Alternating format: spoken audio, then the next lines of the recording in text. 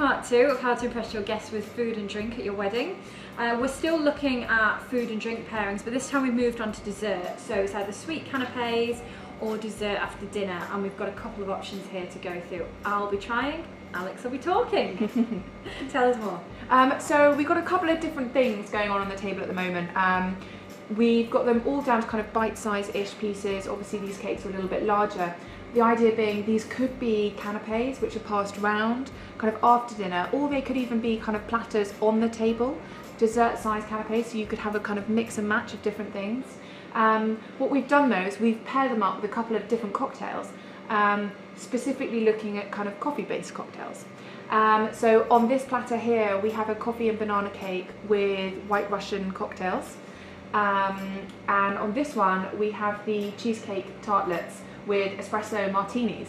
And the idea being with all of these is that kind of not only are they really fun and that you can play around with the presentation and the time that you serve them, but they're also a kind of great pick-me-up for after dinner before you get onto the dance floor and party your night away.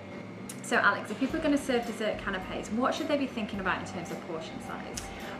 Well, I think the ideal is probably somewhere between 4 and 6 pieces per person. I think that gives you quite a kind of good equivalent to a full plated dessert, but just with the little bit of difference in that you're being offered a selection, you know, the kind of cafe gourmand of desserts where you can pick and choose what you want to eat. So if you were really tempted, you could just have 4 cheesecakes, but if you wanted to mix it up, you could make sure that you had that balance and that kind of interest within the selection.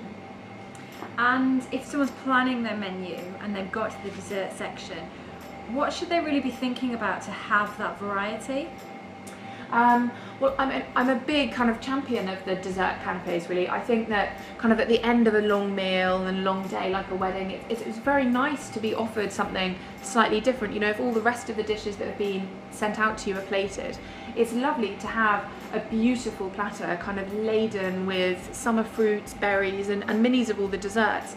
It's an interesting and fun alternative.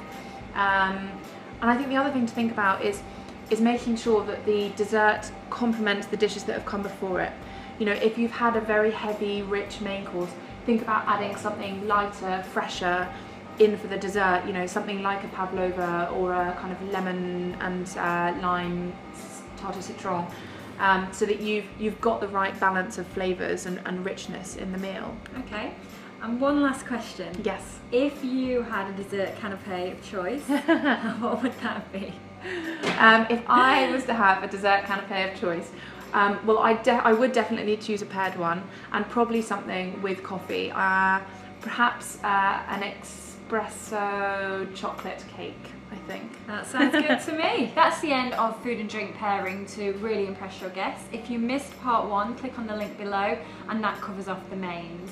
Thanks to Alex for talking us through all this delicious food and making it. That's a pleasure. And we'll see you next time. Cheers.